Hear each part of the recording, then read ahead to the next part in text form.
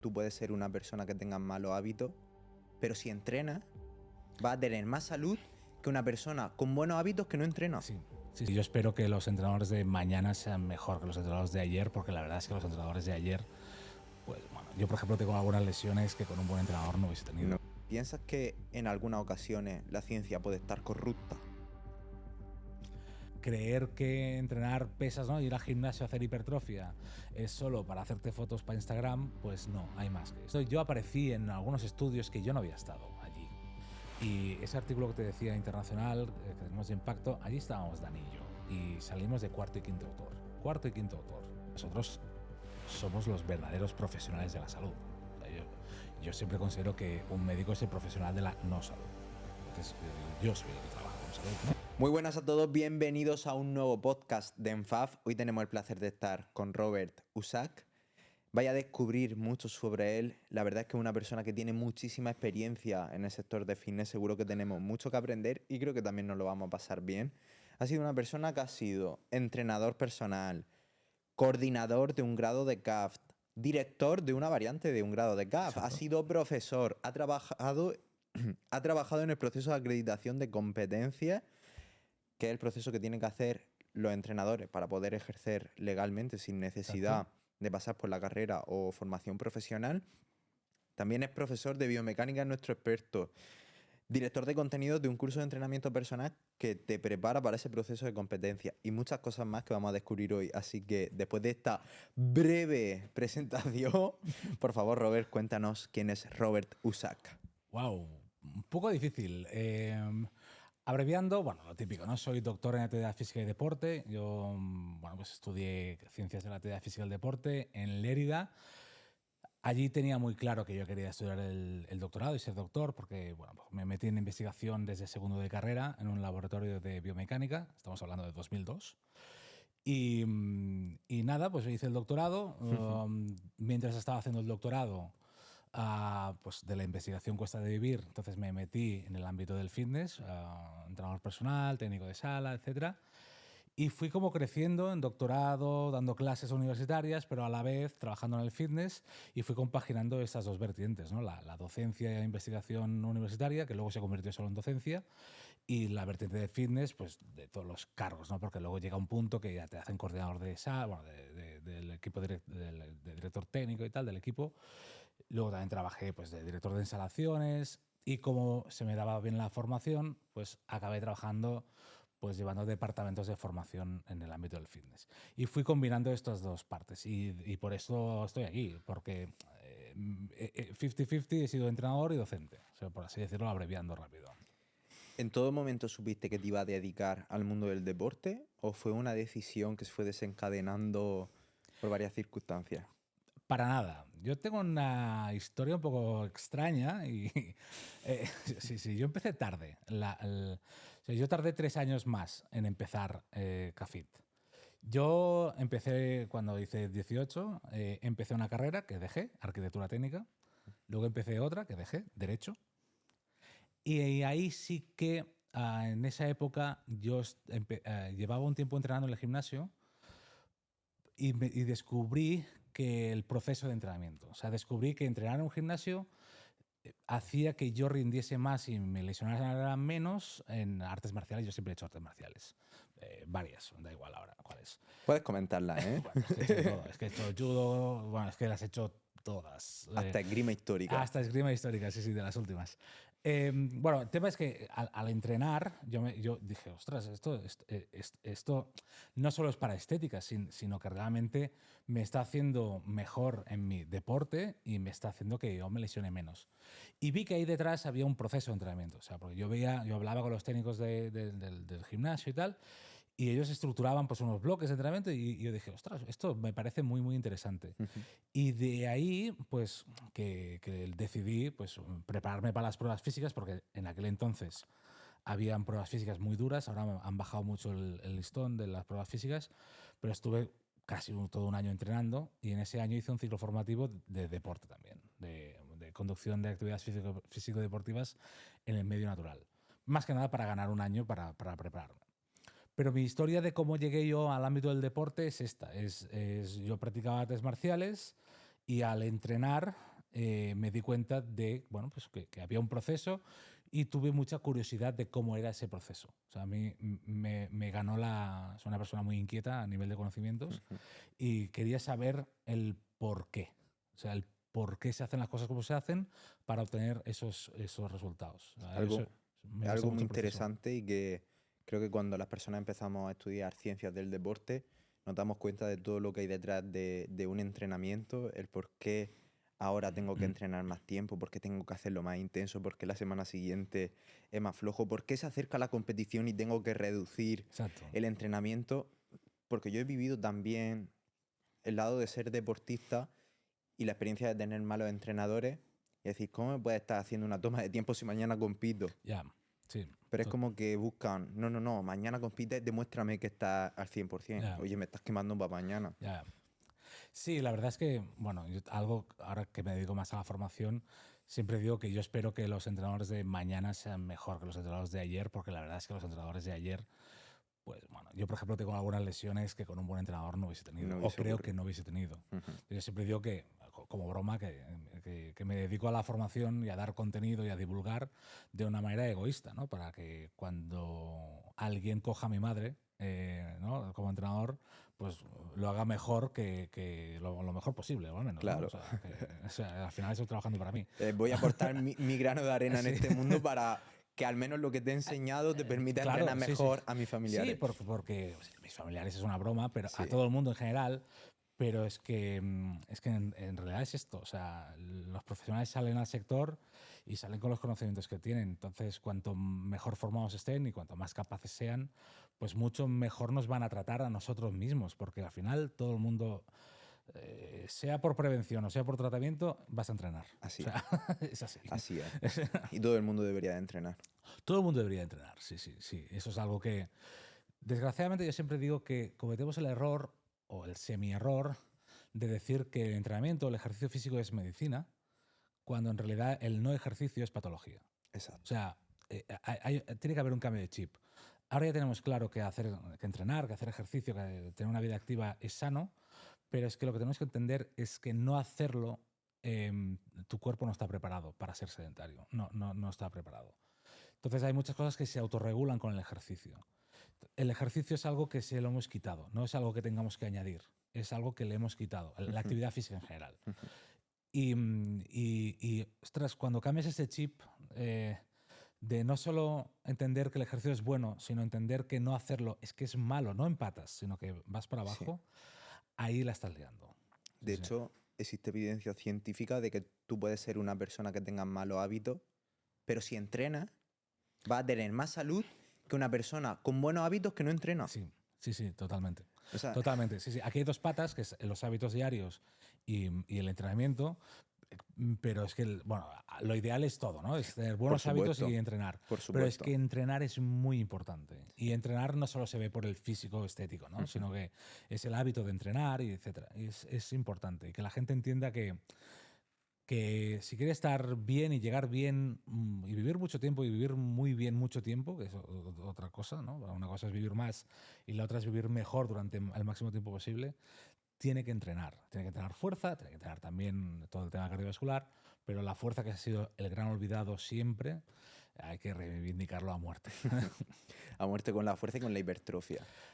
Pues sí, la hipertrofia está ahí. O sea, la hipertrofia, a mí me da mucha rabia porque cuando hablo de hipertrofia todo el mundo entiende el culturismo y tal. Exacto. Y yo les digo, no, todo el mundo tiene que entrenar hipertrofia. Lo que pasa es que en su rango óptimo, pero la señora María de 67 años que se acaba de apuntar al gimnasio, tiene que muscular. O sea, tiene que muscular. Lo que pasa es que no se va a poner como un culturista, pero tiene que muscular. Cuanto más músculo, más prevención de lesiones, mejor postura, más prevención de caídas. Si se cae, se da un golpe, pues tendrá una masa que amortiguará. Y la otra es que el músculo ya sabemos que es un órgano endocrino, o sea, que la actividad muscular, está provocando pues, mioquinas, etcétera, que hacen que todo hormonalmente funcione mejor. Entonces, creer que entrenar pesas, ¿no? Ir al gimnasio a hacer hipertrofia es solo para hacerte fotos para Instagram, pues no, hay más que esto. ¿No? Y además existe una relación entre la cantidad de fuerza y de masa muscular y la tasa de mortalidad. Sí, totalmente. Sí, sí, sí, sí. O sea, entrenar fuerza y tener más masa muscular te da más años de vida y más calidad de vida durante esos años. Que esto es algo que, por ejemplo, muchos amigos míos, bueno, mi mejor amigo es médico, claro, él lucha para alargar la vida, pero no acaban de luchar para la calidad de esta vida. Claro, yo siempre le digo, es que deberíamos garantizar que todos los años sean buenos, no solo tener muchos años. Porque a mí estar muchos años muy mal, pues, ¿qué quieres que te diga? Sí, No sé si me compensa. es estar muerto en vida. Y es lo que se está viendo mucho. Es como, sí, mediante medicamentos, mediante ciertos tratamientos, mediante operaciones, podemos alargar la vida de las personas, pero ¿a qué precio? Porque si no puedes ser una persona autónoma, necesitas ayuda para desplazarte, sabes que en cualquier golpe que puedas tener vas a tener que ir al hospital, pues no sé qué calidad de vida estás ganando. Totalmente. De hecho, cuando ves los gráficos, ¿no? de calidad de vida y autonomía respecto a la edad, claro, tradicionalmente se nos ha dicho, cuando te haces mayor pierdes fuerza, pierdes masa muscular, pierdes no sé qué, pierdes no sé cuántos. Pero ves que ese gráfico tiene una dispersión muy grande. Y hay gente que mantiene muy buena calidad de vida, incluso cercana a la que tenía a los 40 años, y hay gente que cae en no ser autónomo. Y el gran diferencial es cuántos años llevas sin entrenar. Porque al final el gran problema de envejecer no es solo envejecer y que los tejidos realmente cambian, sino es que si tú llevas 50, 40 años sin entrenar, pues no tienes masa muscular y no puedes ser autónomo. Entonces, a mí cuando me hablan de que la sarcopenia está ahí, pero asociarla 100% al concepto de edad numérico es un error. Pregunta cuántos años llevas sin entrenar. Ahí es donde está el quid de la cuestión. Porque el que no entrena se desentrena. Claro. Entonces, mi gran principio de entrenamiento, que siempre digo en todas las clases, el que no entrena se desentrena. Ese es el primer principio de entrenamiento. Y si tú llevas 2 semanas sin entrenar y ya estás perdiendo fuerza, imagínate estar 30, 40 años Toda sin la entrenar. vida, toda la vida. Que esa pérdida de fuerza puede ser simplemente ser capaz de levantarte de un sofá. Sí. Y algo que vemos. ¿Y significa eso que las personas que tengan 70 años o lleven 40 o 50 años sin entrenar o toda una vida tengan que empezar a ir al gimnasio? ¿No? Puede ser simplemente hacer unas repeticiones levantándote Claro. y sentándote en el sofá.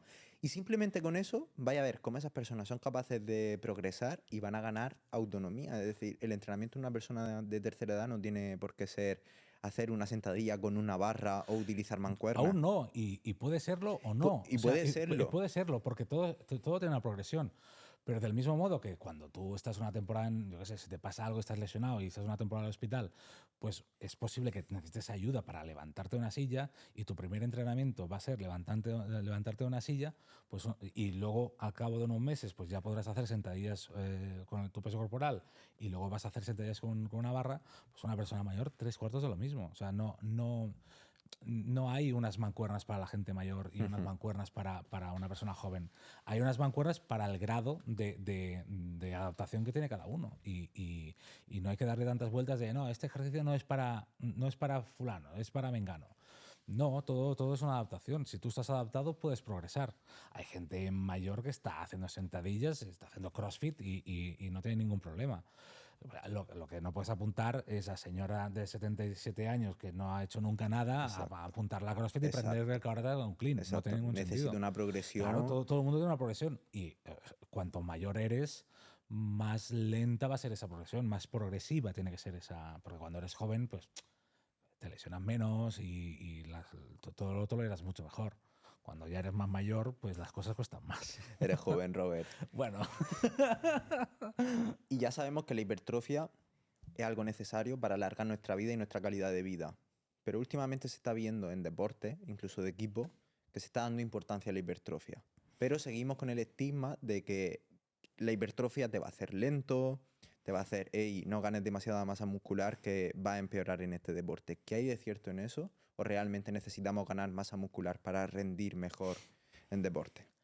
Yo soy un gran defensor, y siempre todo el mundo me critica por ello, de que tiene que haber bloques de hipertrofia en un deporte. Lo que pasa es que una hipertrofia óptima. Y cada persona, según sus características y según su rol en el deporte o su deporte en sí, necesita de una hipertrofia u otra. Pero la hipertrofia es el hardware en el cual se instala el software. ¿Sí? Fuerza depende más del software, de todos los aspectos neurales, pero los aspectos neurales van sobre una estructura. Todas las fuerzas que tú generes muscularmente se generan sobre una estructura. Si no tienes la estructura preparada para soportar esas tensiones, pues va a petar. O también te va a petar la articulación. O sea, si tú, al final un impacto es un impacto. La parte, el bistec, que digo yo, ¿no? La parte muscular tiene que absorber ese impacto y lo que no absorba la parte activa, es la parte muscular, lo va a absorber elementos pasivos. Y los elementos pasivos pues son menos adaptables. O sea, son adaptables también, pero al menos no son activos. Entonces, desprestigiar la hipertrofia porque es que me va a volver lento y tal. Hay maneras y maneras de entrenar la hipertrofia. Es obvio que un velocista no tiene que entrenar como un culturista, o un futbolero o un futbolista no tiene que entrenar como un culturista. Pero decir que nunca, nunca, nunca tiene que hacer hipertrofia es, yo creo, un error. Tiene que tener un óptimo de hipertrofia. Y a veces, pues hay que hacer recordatorios de hipertrofia. Y cada uno tiene que tener su rango, o sea, su entrenamiento. Al final hay que individualizar siempre el entrenamiento. Pero destinar, ¿no? Es decir, no, hipertrofia y deporte, no, que eso es algo que se dice muchísimo, ¿no? No hay que, no puedes hacer hipertrofia, tal. No es cierto, no es cierto. Hay que tener una hipertrofia óptima. Y bueno, por suerte, cada vez, ya desde Rafa Nadal, o sea, yo siempre le he dado las gracias a Rafa Nadal porque de golpe apareció un deportista con un brazo enorme en un deporte que siempre había sido técnico-táctico y la condición física había estado siempre pues En como segundo mucho en plano. segundo plano, es decir, que no se consideraba, pero siempre en un segundo plano, y llegó un animal que tenía muchísima fuerza y muchísima masa muscular y se comió el mundo.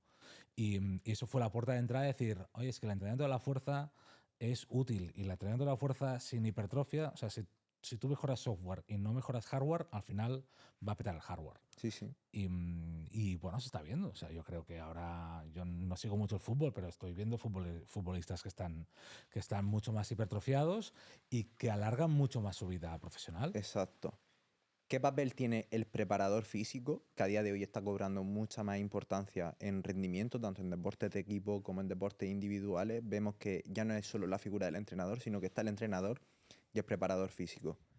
¿Qué influencia puede haber tenido eso a que estemos viendo físicos diferentes en los atletas e incluso que sean capaces de alargar su vida deportiva hasta edades donde no pensábamos que nadie podía llegar rindiendo al 100%? Sin ir más lejos, tenemos el caso de LeBron James, Sí. que está por los 40 años y está Es rindiendo. muy joven, un niño. Es como un niño, pero está rindiendo como si fuese un niño. Y estamos hablando Sí. de un jugador de 2 metros, con Sí, sí, mucho impacto, exacto. Un jugador mucho que, salto. sí, que encima de un deporte que castiga mucho.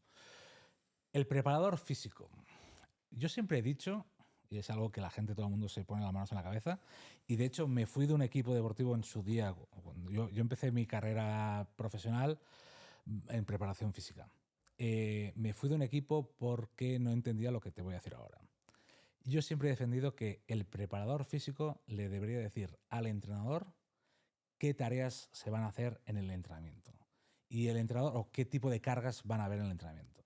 Y el entrenador lo que tiene que decidir es en qué situación técnico-táctica aplica esas cargas. Pero normalmente no se entiende así. ¿Sí? Normalmente se separa la preparación física de lo que pasa en el campo, ¿no? Y el preparador físico hace algo más como analítico en gimnasio o en campo, pero son tareas físicas, y luego se va al entrenamiento. Pero es que el preparador físico debería definir cómo van a ser las cargas de entrenamiento en el propio campo. Estoy hablando de campo porque estoy pensando en el fútbol, en el básquet o lo que sea. Si no es así, se generan redundancias de entrenamiento, y ahí es donde empiezan a haber sobrecargas. Porque, claro, si hay dos planes, el plan físico y el plan técnico-táctico, en el fondo no hay técnica táctica sin físico, porque no te puedes mover, no puedes aplicar movimientos sin implicar físico. Entonces se genera redundancia. Y yo siempre he pensado que el preparador físico y el entrenador deberían ir de la mano, incluso que debería mandar más, en cuanto a cargas físicas, debería mandar más sobre lo que pasa en el campo el preparador físico que no el entrenador. El entrenador solo debería establecer en qué situaciones y cómo quiere que sea el trabajo. Pero bueno, no suele pasar así. Suele pasar que se trabaja por separado. Por suerte, esto está cambiando. Sí, yo creo que sobre todo en deportes de élite a día de hoy está Empieza a cobrando cambiar. mucha más Sí. importancia el preparador físico. Pero para llegar a esos conocimientos que tienen los preparadores físicos, ha hecho falta mucha investigación. ¿Qué te hizo a ti llegar al campo de la investigación? ¿Cuál fue el detonante o qué inquietudes tenías para decir, quiero investigar? Pues, bueno, fue la biomecánica. Fue que yo estaba en la asignatura de biomecánica en segundo de carrera, estamos hablando de 2001, y me gustó mucho, me gustó mucho. A mí siempre, se me ha ubicado mucho siempre en la biomecánica y a mí me gusta también la fisiología y la teoría de entrenamiento, ¿eh? Pero la biomecánica, de hecho, es lo que le he dedicado más tiempo. Porque en aquel momento, bueno, pues me gustó mucho y cuando acabé esa asignatura me informé en la universidad de si se podía colaborar con el laboratorio de biomecánica. Y habían unas becas de laboratorio. Entonces yo gané una beca de laboratorio y desde 2002 yo estuve en un laboratorio de biomecánica y realmente lo que hacíamos era investigar. O sea, no era una biomecánica como la entendemos ahora, como la que tenemos en el experto, sino era una biomecánica que era más análisis del movimiento y de la técnica deportiva y análisis y valoraciones de deportistas. ¿Sí? Y hacíamos investigación. Hacíamos investigación. Y bueno, el proceso de investigación es que es muy bonito. Es muy bonito porque ves qué es lo que causa qué. O sea, aprendes a diferenciar qué es causa y qué es efecto. Y aprendes a manipular las variables que van a provocar, ¿no? De qué depende cada cosa. Y ahí, pues sí, me enamoré de los datos, o sea, de la obtención de datos, del diseño de una investigación, de saber estructurar el qué depende de qué. Y de hecho, yo en aquel día decidí que yo quería hacer el doctorado, y de hecho el doctorado siempre lo he dicho que es la formación que más agradecido estoy.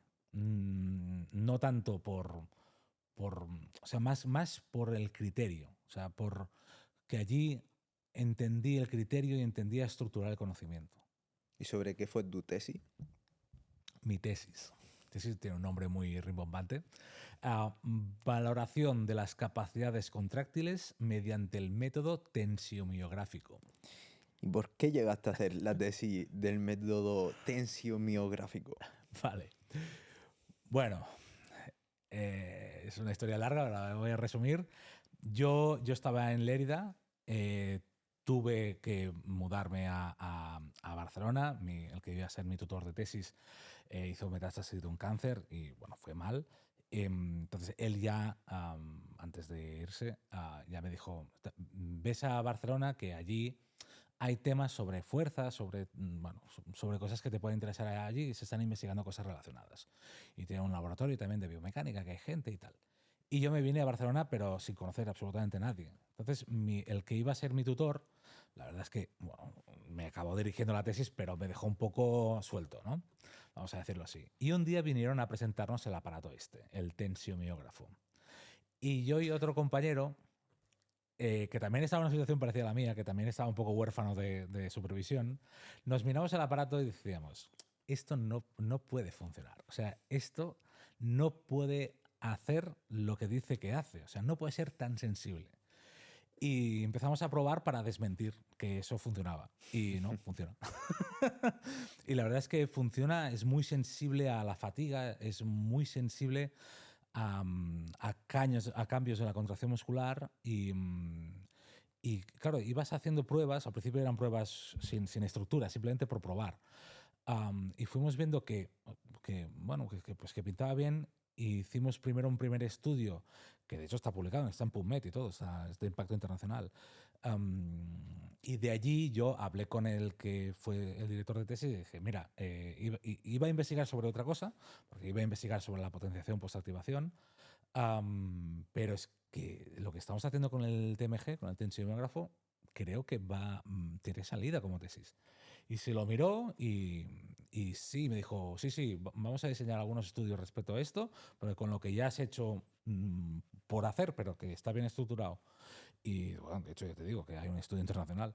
Y lo que hagamos, pues saldrá la tesis. Y ahí está la tesis, sí. Bastante curioso que intentando desmentir algo, Sí. al final termine saliendo de una tesis doctoral Nos sobre... sorprendió mucho lo sensible que es a la fatiga. Mucho. Porque ¿qué utilidad puede tener para la fatiga? Pues ¿Cómo lo medí?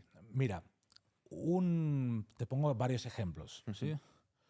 Un ejemplo típico es, tú entras a entrenar y acabas el entrenamiento. ¿Para qué entrenamos? Para generar fatiga, ¿no? Y que esas fatigas generen adaptaciones. Pero, ¿cómo medir el grado de fatiga? O sea, de que has entrado a que has salido, ¿cómo mides el grado de fatiga? Ahora que está muy de moda la Velocity Based Training, ¿no? Hay veces que se hace una medición de velocidad, de explosividad al inicio y una medición de explosividad al final. La caída de rendimiento es proporcional a la fatiga que tú has generado. Y si tú gestionas esto, pues estarás gestionando más o menos fatiga en base a tu programación. Pues con el TMG te puede servir exactamente igual. O sea, tú haces es que es un momento hacer una valoración con TMG, porque es superficial. Se pone el sensor encima, hay unos electrodos, pero es un momento. Da unas contracciones, él mide y te dice cómo está respondiendo y a qué velocidad el músculo. Y al final de un entrenamiento se podría volver a hacer, o durante el entrenamiento, o sea, en los descansos se podría hacer. De hecho, tenemos un estudio que es esto, que en cada descanso se va midiendo y vas viendo durante el entrenamiento cómo se va generando la fatiga. Claro, si tú eres un entrenador que sabe en qué momento tiene que abandonar, ¿no? Porque en hipertrofia buscamos grandes fatigas, pero en otros tipos de trabajo buscamos que la fatiga no sea tan acusada. Ahí tienes una herramienta que es relativamente fácil de usar, que te sirve para al dedillo seguir el tema de la fatiga. U otro para saber si un jugador ha recuperado pues después de una prueba deportiva, de un partido o lo que sea, si está recuperado y está listo para entrenar o no. O sea, es como un readiness, ¿no? ¿Estás preparado para realizar ese entrenamiento? ¿Sí o no? Pues te pasas en el tensiógrafo y es que es muy rápido. Y ahí verás si el músculo está respondiendo bien o no está respondiendo bien. Sí que es verdad que es una prueba como muy analítica y no implica el tema cognitivo, técnica y tal, que también habría que analizar, pero es una prueba del bistec, ¿no? Del cacho carne, que te dice cómo está el cacho carne. O sea, y al menos tienes un dato del cacho de carne. Y ahí sí que le veo, bueno, de hecho la gran aportación es esta.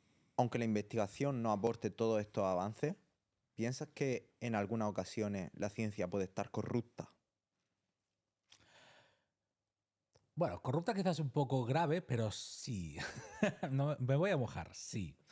De hecho, tengo un vídeo en YouTube, bueno, fue un directo en realidad, que estuve una hora y pico hablando de este tema con ejemplos y tal. Así que no me da miedo decir que sí, o parcialmente sí. Más que la ciencia, La investigación. el sistema de la investigación, especialmente el sistema de investigación, y me sabe mal decirlo, pero es lo que hay, universitario o de algunos centros universitarios. ¿Por qué digo esto? Porque es un sistema como muy feudal. Es un sistema de que tú investigas y en los primeros artículos en realidad se lleva el mérito otros que están en un grupo de investigación, porque en el futuro pues tú estarás allí y los becarios, por así decirlo, pues harán el trabajo y harán puntos. Y acabas entendiendo que en el fondo todo va de hacer puntos. O sea, la universidad requiere, por eso es una universidad, especialmente la pública, requiere de que sus profesores hagan investigación científica, porque de eso va la universidad, ¿no? Debe ser el motor de conocimiento, ¿no? Entonces, un indicador es el ratio de investigaciones que hay. Entonces, claro, la universidad empuja a que haya investigación y se acaban haciendo investigaciones un poco por hacer, ¿sí? Y acabas apareciendo, yo aparecí en algunos estudios que yo no había estado allí. Y ese artículo que te decía internacional, que tenemos de impacto, allí estábamos Dan y yo, y salimos de cuarto y quinto autor. Cuarto y quinto autor. Y solo somos los que lo hicimos. Es dramático ser el quinto autor de un artículo que en el fondo es el primero de mi tesis. O sea, y soy el quinto autor, ¿no? Y es un poco esta cascada de pleitesía, de feudalismo, básicamente. Y, y la otra parte de la corrupción, por así decirlo, es la propia revista de investigación. O sea, porque esto al final lo puedes entender. Dices, vale, es un sistema feudal, yo soy el junior, tú eres el senior, yo me amoldo, es lo que hay, ¿no? Esto lo podría entender y así, pues yo voy puntuando y es un sistema que me alimenta el currículum porque así cuando se publica una plaza, pues yo podré optar esta plaza. Pero en el fondo estoy trabajando porque así la ciencia avanza, el conocimiento avanza y tal. Pero ¿has intentado leerte un artículo de una revista de investigación? La respuesta seguramente es no he podido acceder porque es de pago. Porque luego te das cuenta de que todas las revistas, o muchas revistas, no puedes acceder al artículo, ¿sí? Tienes que hacer trampitas, ¿sí? Y buscar maneras, que las hay, pero bueno, las hay ahora, porque en mi época no las había. Entonces, al final dices, hombre, pues esto tampoco repercute sobre la población. O sea, yo estoy generando conocimiento para que esto llegue a la población, pero no puede llegar a la población, porque hay un filtro aquí de que la revista quiere sacar tajada y eso es de pago, ¿no? Entonces, al final dices, estamos investigando en el fondo para hacer más puntos, para ganar plazas. Y lo que acaba pasando es, y insisto porque ya lo he dicho en YouTube y entonces me da igual, ¿eh? Me sabe mal. Acabas alimentando un monstruo de que solo pueden acceder a ciertas plazas en la universidad pública gente que hizo la carrera, se metió en el doctorado, se quedó en un laboratorio y no llegó a trabajar. Porque quien investiga es muy difícil. Yo, por ejemplo, era una excepción. Yo investigaba y trabajaba. Porque yo, como vivía fuera de casa, tenía que trabajar. Pero, claro, mi currículum yo considero que es más interesante que muchos investigadores que no han salido del cascarón, que se han quedado en la universidad, han investigado y al final yo no puedo competir contra ellos porque tengo menos investigación científica. Ellos optan a una plaza de lo que sea, de entrenamiento, pero dices, ¿cuántas personas has entrenado tú? Muy pocas. Yo he entrenado miles. A lo mejor mi experiencia es más potente, pero no cuenta porque no tengo los puntos que tú has podido hacer ahí dentro. Entonces es un sistema muy endogámico el tema de la investigación. Y esto lo Pero ojo, no en todos lados, o sea, hay sitios que se hace bien, no vamos a decir las cosas también. Y esto lo hemos dicho que se ve sobre todo en plazas públicas, pero ¿qué sucede cuando una investigación está subvencionada? Esto ya es el chiste, sí, claro, sí. Sí. O sea, mira, te lo voy a decir así. Bueno, no voy a decir marcas, pero una vez nos vinieron de una marca a dar una charla que habían demostrado el instituto con nombre de la misma marca que la mejor bebida isotónica era la de su marca. Y dices, ok, gracias. Claro que sí. Entonces, cuando una persona ve artículos, tiene que ser consciente de qué conflictos de intereses pueden aparecer en ese estudio. Y a veces no se ven. A veces los camuflan. Sí, a veces los camuflan. Sí, porque hay un apartado en muchos artículos que pone no ha habido conflictos de interés en ese artículo. Pero si coges, y eso ya es laborioso, pero coges nombre por nombre de todos los autores y vas a ver dónde han trabajado, a veces ves que han tenido trabajos relacionados con cosas que están hablando claro, dices, hombre, no, o sea, no. Como por decir marcas distintas, si alguien ha trabajado en la casa Canon de cámaras, claro, que luego te diga que la Canon es la mejor marca de mercado, pues dices, qué casualidad. Nótese que he cambiado de tema y no tenemos nada ni a favor ni en contra de Canon. No, aquí no utilizamos Canon, por lo menos. Todas las cámaras no son... Ninguna es Canon, así que no hay problema. Son de otra marca, sí. Vale, Robert. Has dicho que es muy importante acumular experiencia. Sí. Y un entrenador personal necesita tener conocimiento y necesita acumular experiencia. A día de hoy, ¿cuáles son las formas en las que un entrenador puede ejercer de forma legal? Vale, de forma legal en España, entiendo que cada país tiene su legislación, aunque la europea se parece un poco toda, pero aquí en España, que es concreta y además la conozco bien, Las vías son básicamente 3 y luego una cuarta que viene a ser con la tercera. La primera es el grado universitario, Ciencias del Deporte, una carrera de 4 años, que es muy transversal. La segunda serían los ciclos formativos. Para trabajar de entrenador sería el ciclo formativo de grado superior del SAF, del Técnico SAF. Superior de Acondicionamiento Físico. Son 2 años. Y luego está el certificado de profesionalidad. El certificado de profesionalidad, como curso, que lo organiza el Ministerio, suelen ser cursos de 6 meses, más o menos. Y luego la cuarta vía, que digo que va relacionada con la tercera, es que uno puede acreditar las competencias de ese certificado de profesionalidad. ¿Cómo se hace esto? A través de un proceso. Es un proceso que tú llevas, bueno, el aspirante lleva a este proceso su formación y su experiencia, y un asesor emite un informe de si esta formación o experiencia es comparable con lo que debería saber alguien del certificado de profesionalidad. Esto se hace no solo en horas de formación, sino también por contenidos. Lo digo porque tú puedes llevar 1000 formaciones con, yo qué sé, por decir algo, de TRX. Una formación de TRX, creo que son 8 horas, si no recuerdo mal, la formación de TRX te computaría dentro de la unidad formativa de instrucción de ejercicios. O sea, que no solo son horas. O sea, si tú tienes 1000 horas de formación, pero todas son de instrucción de ejercicios, no podrás acreditar pues valoración, sí, las otras unidades de competencia. Entonces, se tiene que hacer un ajuste de no solo de horas, sino también de contenidos. El asesor hace esta comparativa, emite un informe diciendo, mira, de esta unidad de competencia pues sí que se le ajusta, esta otra quizá no, bla, bla, bla. Y entonces el aspirante tiene el derecho de ir a una evaluación. Y allí se le va a preguntar y va a tener que demostrar que realmente sabe lo que tendría que saber o lo que se supone que se sabe alguien que ha hecho el certificado de profesionalidad. Y entonces se le equipara. Todo lo que ha hecho es como si exactamente tuviese el CP, el certificado de profesionalidad. Esas son las vías en España para trabajar como entrenador. ¿Y tú tienes experiencia en eso? Sí. Has estado de examinador, has estado de asesor para el alumno Sí, sí. y a día de hoy has creado, junto a Exacto. ENFAF, siendo el director de contenido, un curso que te prepara para el proceso de acreditación de competencia y que reúne... Exacto. El curso que hemos creado es mi obra maestra, ¿eh? Tan, tan, tan. El curso que hemos creado está pensado en dos líneas.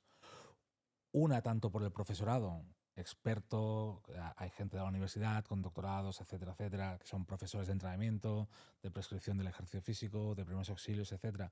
Y por otro lado, con profesionales del sector reconocidos, que son entrenadores de fuerza, hipertrofia, resistencia, etcétera. Hemos procurado que sea un curso que aporte, o sea, que cualquier persona Un graduado lo puede un hacer graduado lo y puede le va a hacer, exacto, y aportar. le va a aportar. Porque es un curso de entrenamiento personal que está muy bien.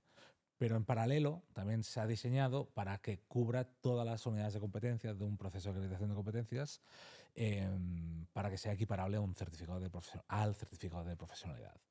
Entonces, esta doble vertiente hace que es un curso atractivo para todo el mundo, pero aquellos que no están dentro del mercado profesional legal en España, a través de este curso les será muy fácil superar este certificado de profesionalidad, porque realmente el asesor se lo damos mascado, o sea, le damos módulo por módulo a qué unidad formativa corresponde. Entonces, 100%, el encaje es 100%. Luego está que va a haber una evaluación. Y Y la sorpresa es que la evaluación los preparamos. También preparamos para la evaluación porque tú has sido una persona que Yo he lo estado has ahí, vivido, yo he estado ahí. entonces Sí, sí. sabes de qué trata ese proceso y Sí, el sí. alumno lo tiene totalmente explicado. Y es un proceso que es muy rápido, que no significa que no vayas a estar preparado para ser entrenador, Ujú. porque hay que entender que una carrera es multidisciplinar, que te SAF. Exacto, exacto. El tema es este, que aquí hay que entender bueno, no es casual. O sea, la carrera de CAFIT son 4 años y teóricamente siempre hablan de 5 salidas profesionales. Es muy transversal.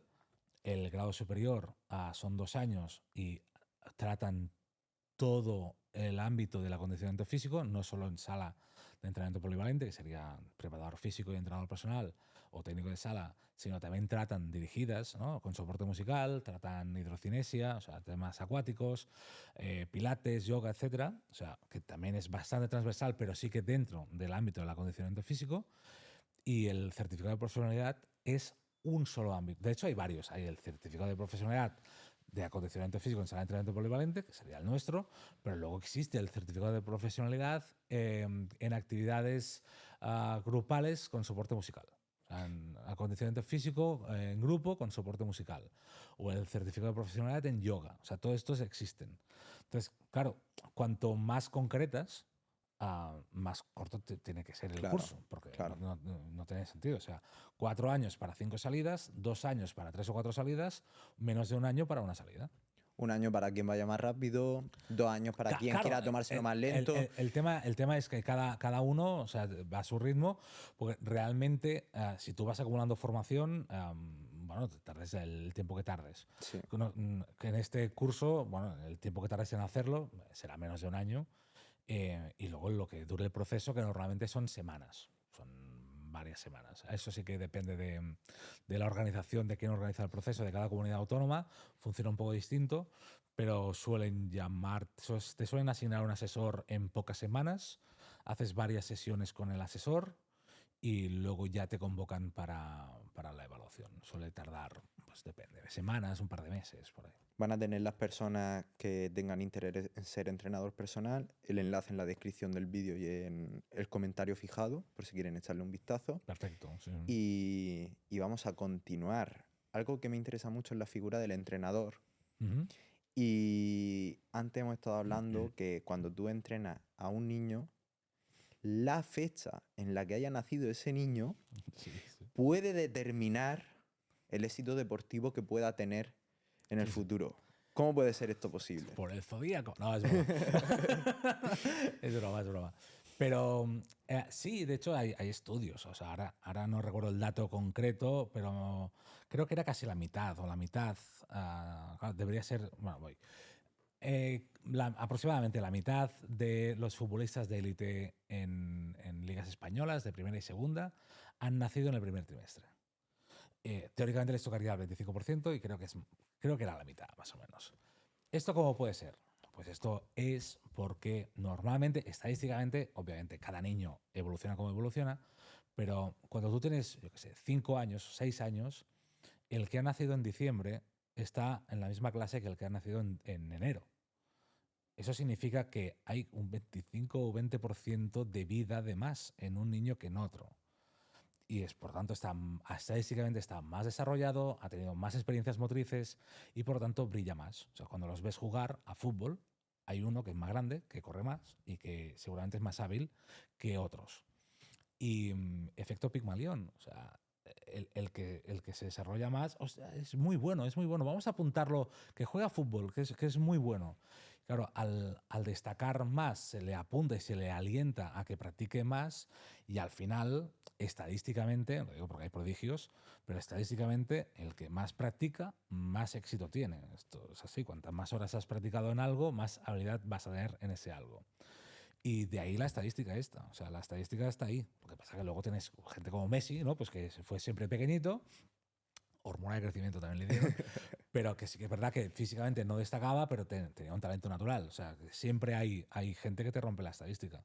Pero estadísticamente es verdad que en cómo te has desarrollado como niño y cómo te han tratado como niño, Muy importante eso.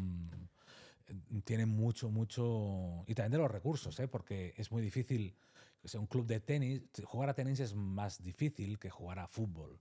Entonces, si tu familia no tiene recursos, es muy difícil que tú seas un gran jugador de tenis. Pero Porque a menos que seas un talento natural y que alguien te descubra, es probable que no tengas la oportunidad de jugar a tenis que otros en una familia pues con otros recursos o con más tradición de tenis, porque eso también está en la tradición. O sea, si tu padre le gusta el fútbol, te va a apuntar a fútbol. Y si tu claro, padre las fue horas de tenista, te va a práctica poner a que tenista. lleva. Te va a poner a tenis. Pero aquí hay algo interesante, Robert, que has dicho y es cómo te han tratado. Yo creo que en esto también hay un aspecto psicológico, que el niño disfrute haciendo algo en lo que se sienta competente, donde los niños lo valoren como que es bueno y la persona que no se siente buena termine generando rechazo. Totalmente. Em, es que, ¿qué nos gusta hacer? Nos gusta hacer aquello que no se nos da bien. O sea, si a ti no se te da bien hacer algo, es muy difícil que te guste mucho hacerlo. Hay excepciones, ¿eh? Pero si a ti no se te da bien el boxeo, es muy difícil que disfrutes mucho del boxeo. O sea, si a ti no se te da bien jugar a fútbol, es muy difícil que disfrutes mucho del fútbol. Normalmente hay un feedback que es interno, que es que cuando una habilidad logras el éxito, pues hay un circuito de recompensa. ¿Sí? Entonces, claro, pues te generan endorfinas de wow, me está saliendo. Y como me sale, me gusta, ¿sí? Porque me da un feedback positivo. Entonces, al final hacemos aquello que se nos da bien e intentamos evitar aquello que no se nos da bien. Y al final tienes este efecto de yo no entreno fuerza porque no soy fuerte, yo no salgo a correr porque no Exacto. tengo resistencia, yo no estiro porque soy un tronco. Entonces, es que a lo mejor no tienes fuerza porque no entrenas fuerza. O sea, Totalmente. no es que, o sea, es un poco al revés, ¿no? Y con los deportes tres cuartos de lo mismo. Si a alguien se le da bien correr, pues es normal que tenga recompensas positivas y que corra más veces. Y al correr más veces, pues va a mejorar. O sea, lo digo, estadísticamente, por ejemplo, la raza negra tiene el calcáneo un poco más salido, tiene más palanca en el gemelo, tiene más palanca en el tobillo. Al tener más palanca en el tobillo, es más fácil que sprinten. Y aparte, los que originalmente eran de la parte occidental de África son más mesomorfos, son más musculados de tren inferior. Es algo estadística, ¿eh? No digo 100%, no, estadísticamente va por ahí. Pues tienen facilidad para sprintar, así como los negros del otro lado de África tienen facilidad, porque está demostrado que aprovechan distinto los hidratos de carbono, etc. Los del otro lado de África, los originales del otro lado de África, que fueron los que invitamos a ir a Estados Unidos y a Sudamérica, ¿no? A través de unos barcos europeos, los invitamos ahí a ir, y Jamaica, etcétera, pues los negros que están en esa zona de Estados Unidos, que en realidad vinieron de la zona esa de África, tienen más facilidad para sprintar.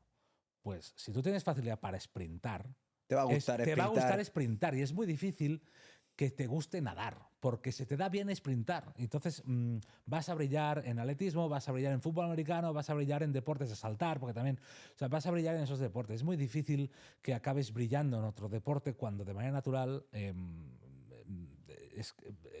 estás un poco condicionado a un tipo de deportes. Entonces, si se te da bien algo, te gusta, lo sigues haciendo, cuanto más lo haces, mejor eres y al final acabas triunfando en ese algo. Y que existe evidencia de que cuando te crees bueno, te va a ir bien. Y cuando te crees malo, te va mal. Y te va a ir mal. Se hizo un estudio con niños donde se le hizo un test de inteligencia. A los más inteligentes se les dijo que sufrían retraso y a los que menor coeficiente intelectual tenía se les decía que eran superdotados. Las notas se invirtieron durante lo largo del curso. Es el efecto Pigmalión. Sí, Y sí. aparte está el estudio que me has comentado antes de... Sí, la indefensión aprendida. Eso es algo muy gracioso, ¿eh? Que, bueno, es un estudio que en un aula se parte por la mitad y se dice, hoy examen, ¿no? Primera pregunta, se les da a una mitad una pregunta muy fácil y a la otra mitad una pregunta más difícil, pero todos no saben que el otro tiene una pregunta distinta. Cuando sepáis la respuesta, levantad la mano. Claro, los de la pregunta fácil levantan la mano en menos de un minuto. Y los otros dicen, wow, yo no soy capaz de esto. Segunda pregunta, tres cuartos de lo mismo. Pues en la tercera pregunta se les da la misma pregunta y todo es fácil. Y los que han tenido hasta ahora preguntas difíciles han abandonado y ya no van a levantar la mano porque dicen, esto me supera, yo no soy capaz de solventar esos problemas. Y ya ni lo luchan, ¿no? Porque ya han abandonado.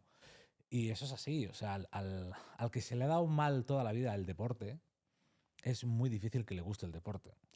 Porque es que por ejemplo, a generaciones anteriores, mi madre, etcétera, había incluso un proceso de ridiculización, ¿no? O sea, al que no sabía saltar al potro, todo el mundo se reía de que no sabía Claro, saltar al potro. claro.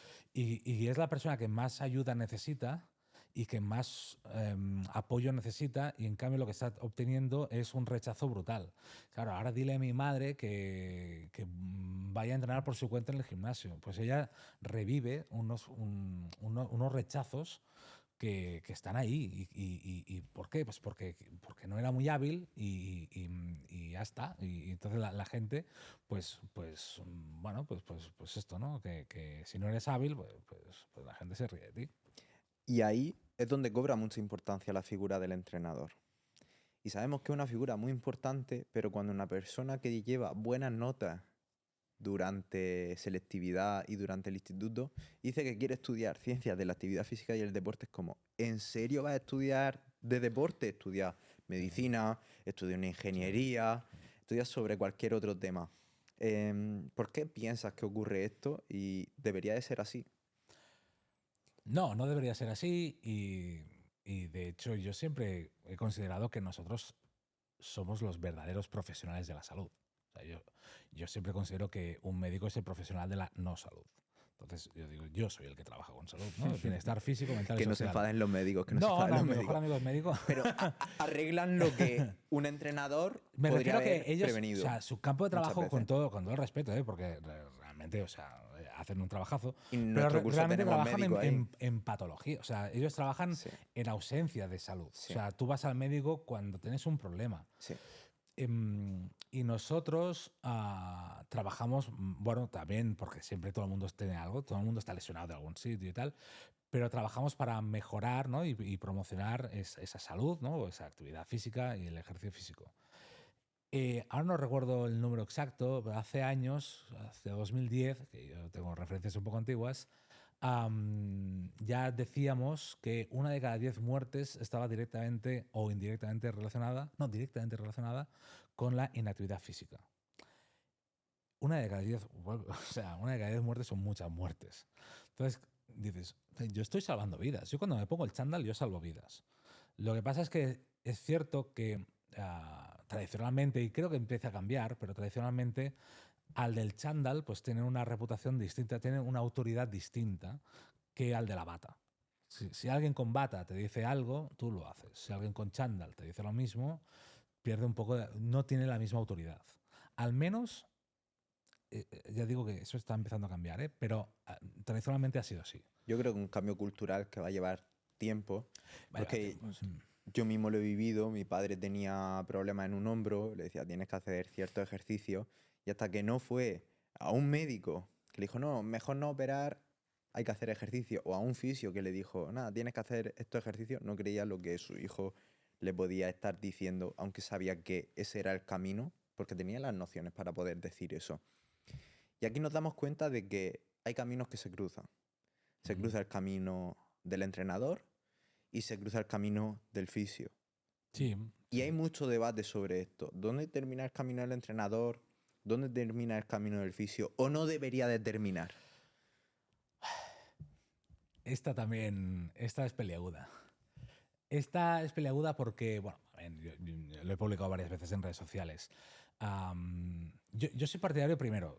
Primero voy a dar una pseudo solución que es irreal para que se entienda mi punto de vista. Yo creo que no debería haber distinción. O sea, yo creo que fisioterapia es obvio que hay una parte que es tratamiento de una patología, de una lesión, que eso sí que es, llámale fisioterapia, llámale, me da igual el nombre que le pongamos a esta profesión, pero más allá del propio tratamiento, llega un punto que nosotros hablamos de readaptación, ¿no? Llega ese punto que ahí los caminos se juntan y, y todos tenemos nuestra cabida allí. De hecho, en todo el proceso todo el mundo tiene la cabida en cada una de las fases. Pero la línea es muy difusa de dónde acaba el tratamiento y dónde empieza el entrenamiento. Hay una zona mixta en el medio, que es la readaptación, que realmente no. Actualmente, como tenemos las formaciones montadas, los que hemos hecho CAFIT no sabemos demasiado sobre lesiones. Los que han hecho fisioterapia no saben, porque yo he sido profesor allí, y no saben de cargas de entrenamiento. Entonces, al final, están inventándose este concepto del ejercicio terapéutico, pero no saben de cargas de entrenamiento, están aprendiendo ahora. Y nosotros no acabamos de saber de lesiones. Entonces, eso es un flaco favor que le hacemos a la sociedad, porque deberíamos saber de todo. Un profesional, cuanto más sepa, mejor. Y yo soy partidario de que debería haber una vía formativa que debería ser la misma. O sea, llámale kinesiólogo, como se llama en otros países, pero que en el fondo el proceso de adaptación, el proceso de entrenar a una persona para la salud y el proceso para entrenar a un deportista, el proceso es exactamente el mismo. Lo único que cambian son las cargas, las variables del entrenamiento, la dosis, pero el proceso es exactamente el mismo. Entonces, creo que debería cambiar, los procesos formativos deberían cambiar y adaptarse mejor a las necesidades de la sociedad. Claro. Lo que pasa es que es un proceso muy lento. Somos conscientes de ello y que no se puede cambiar un grado de la noche a la mañana. Es un proceso que puede llevar bastantes años, ya ni hablemos de crear uno como el que estamos hablando, que sea un híbrido. Y que luego hay muchos egos, ¿eh? Hay muchos egos. O sea, mira, yo siempre lo he dicho, yo estoy muy descontento con algunas partes de mi colegio profesional, de nuestro colegio profesional, porque ha montado una guerra con el colegio profesional de los fisioterapeutas que solo sale perjudicado La población general, el usuario final. Porque empezamos aquí a unas disputas de esto sí, esto no, esto es intrusismo, no sé qué, y al final déjame formarme en todo, porque yo, aunque no me dedique al tratamiento de lesiones, cuanto más sepa de lesiones, mejor podré hacer mi trabajo y mejor podré delegar a un fisioterapeuta porque entenderé el proceso y podré trabajar de la mano con ese fisioterapeuta. Y al revés con el Y al revés, fisioterapeuta. un fisioterapeuta, cuanto más sepa de cargas de entrenamiento, mejor podrá tratar a sus pacientes y mejor podrá delegar en un entrenador porque sabrá cómo va la película. Entonces, lo que está pasando es que no permiten a unos u otros formarse en el campo del contrario. Y eso es un error de base, porque eso solo nos está haciendo más mediocres. Porque O sea, aquí, eso solo genera profesionales mediocres. aquí se ha llegado a la situación de que conoces un máster donde los contenidos están creados para fisioterapeutas Sí, sí. y para graduados en CAFT, y los colegios no lo promocionan porque está aprobado para el otro. para el O otro sea, yo estoy colegio. colaborando en un máster de entrenamiento personal y readaptación donde el máster es un máster oficial, universitario. Tienen acceso tanto a CAFIT como a fisioterapeutas.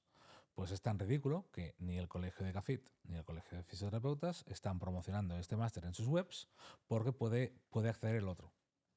Y al final dices, pero hombre, precisamente deberíamos promocionar ese tipo de másters porque es el momento en el cual vamos a entender qué es lo que exactamente hace el otro y vamos a aproximar, porque debemos ir de la mano, no debemos chocar, debemos ir de la mano. Yo es que creo que son guerras que intentan tapar otras cosas y piensan que la solución es enfrentándose a otros profesionales, como diciendo, no, si en CAF tenemos un problema es porque los fisios están haciendo esto. Y los fisios igual, no, es que si los fisios tenemos un problema es porque los de CAF están haciendo esto. Y muchas veces la solución se encuentra dentro de nosotros mismos, de vamos a tener una introspección, vamos a ver qué es lo que podemos mejorar, qué es lo que no se puede mejorar, cuáles son nuestras fortalezas para seguir fortaleciéndolas, cuáles son nuestras debilidades para fortalecerlas también, y ahí encontraríamos la solución. Sí, yo he sido y soy profesor en ambos grados y el feedback del alumno normalmente es me faltan cosas.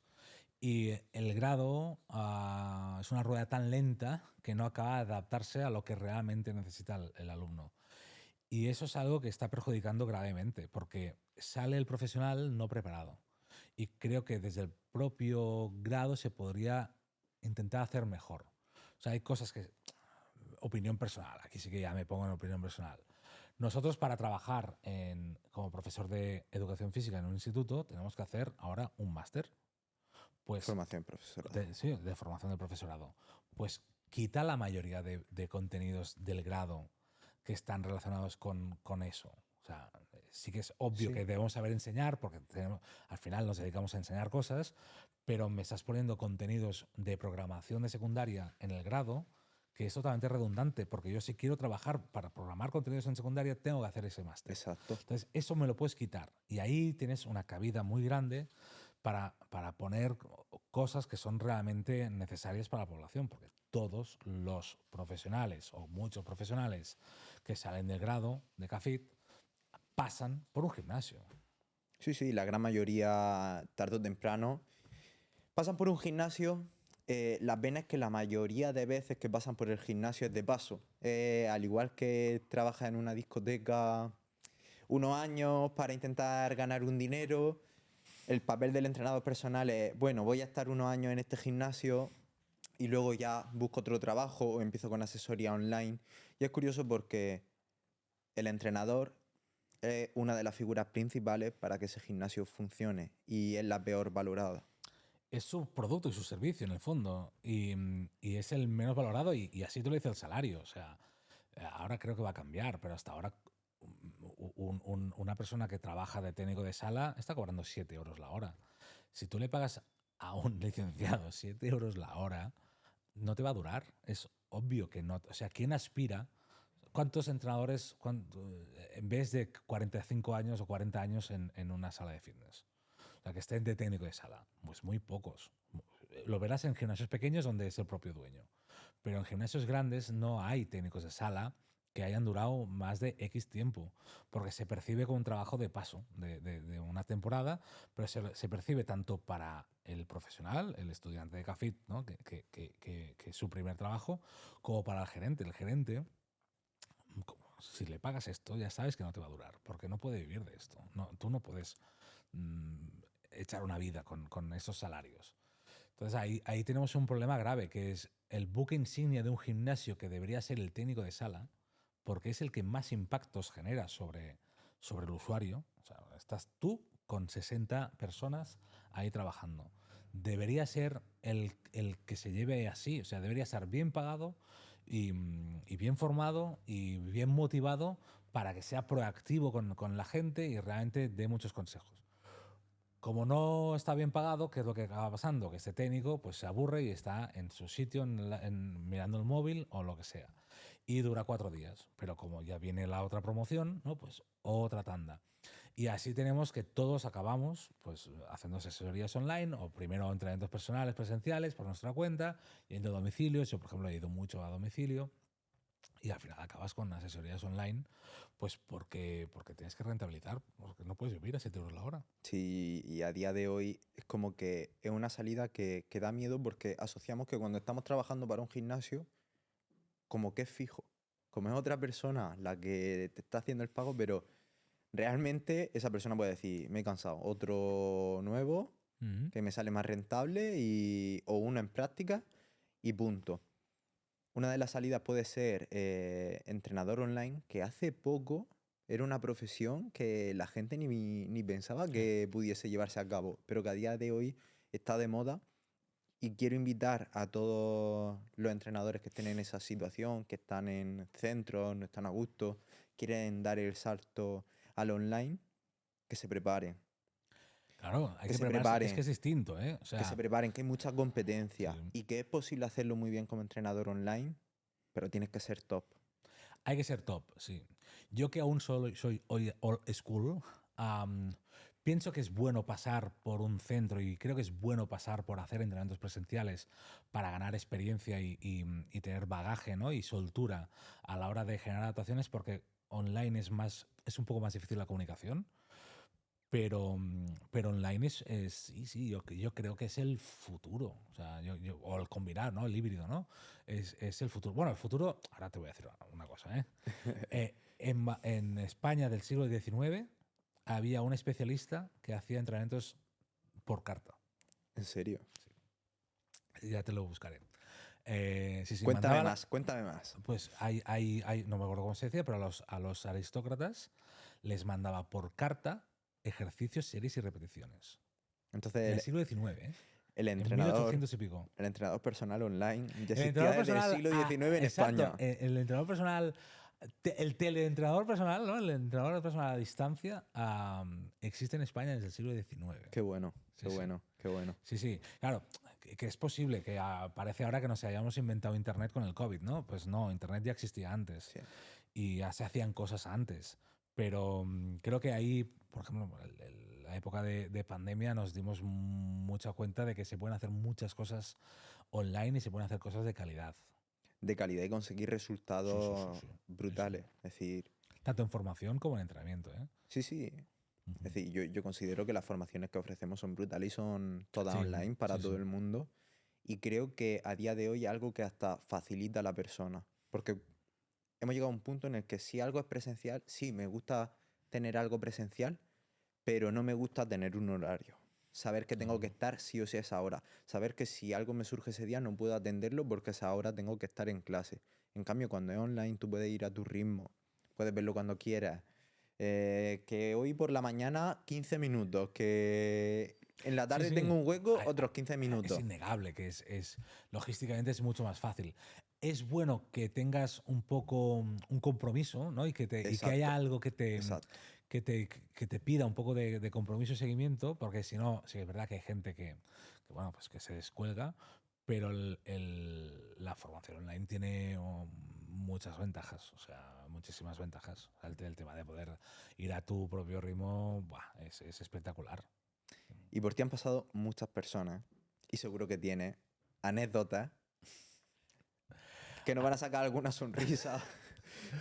Así que cuéntanos algunas de ellas, porque sé que en tus formaciones cuentas anécdotas. Sí, a ver, sí, hostia, tengo muchas anécdotas, sí. En el ámbito de entrenamiento, lo que te contaba antes, esta es épica. Bueno, en un centro, el bar estaba en la misma planta, era un centro vertical, el bar estaba en la misma planta que la sala de fitness y el del bar siempre estaba viendo la sala de fitness porque la tenía detrás. Y siempre decíamos, tío, cuando acabes de trabajar, entrena, o sea, es que no entrenas y tal, ¿no? Y le intentábamos vender, ¿no? El concepto este de, pues si lo tienes aquí, o sea, es que lo tienes, solo tienes que dar la vuelta, ¿no? Total que él un día decidió entrenar, ¿no? Y se ve que fue a la sala de fitness y le dijo al técnico de sala, bueno, este es mi primer día y tal, no sé qué, hey, tío, por fin has entrenado, ¿qué tengo que hacer? Y el técnico le dijo algo así como, mira, me haces 12 minutos de elíptica y luego de esas máquinas, que había un circuito de máquinas tapizadas de verde, de las máquinas verdes me haces, yo qué sé, no sé qué le dijo, 2 de 15. Y luego vienes. Vale. Bueno, al día siguiente llegamos y el tío estaba así, diciendo, cabrones, ¿pero qué ha pasado? Dice que estáis locos, no sé qué. Llevaba ya 12 minutos haciendo bíceps y me dolía todo y pensé, pero ¿cómo quieren estos que esté ahí media hora por cada máquina? ¿Estáis locos? Y nosotros, ¿cómo que 12 minutos? Sí, me dijo 2 de 15, no sé qué. Y dice, no, de 15 repeticiones, animal. Pues eso es una anécdota para que nos demos cuenta de que la gente no tiene por qué saber nuestra nomenclatura. O sea, nosotros damos por hecho que la elíptica son minutos y las máquinas de pesas son Son repeticiones, repeticiones. pero la gente no tiene por qué saberlo esto.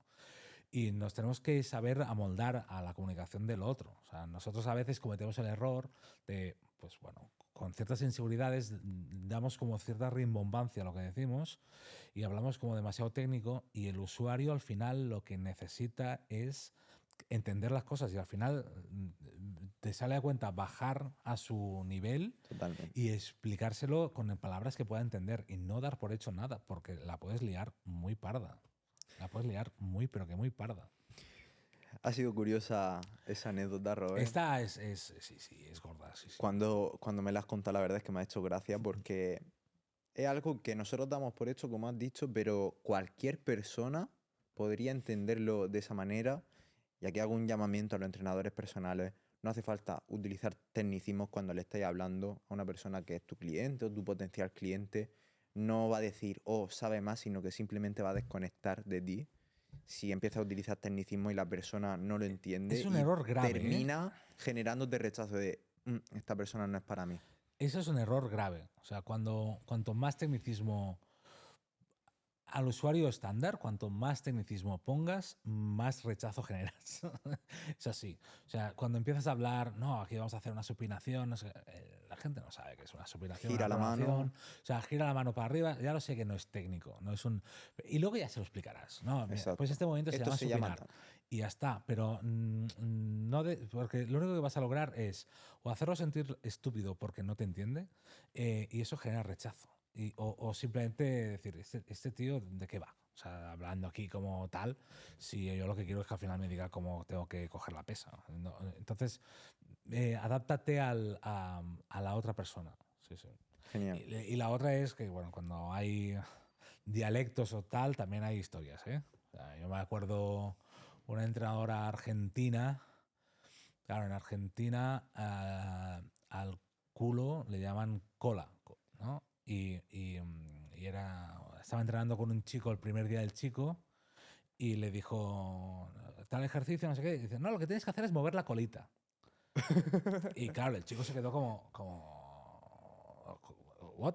Sí, sí, sí. Coge la pesa. Exacto. Sí, no, coge la pesa. Sí, el tema de coger la pesa, Sí, ¿no? sí, Pues, sí, sí. pues claro, esto al otro lado del charco estás diciendo otra cosa, ¿no?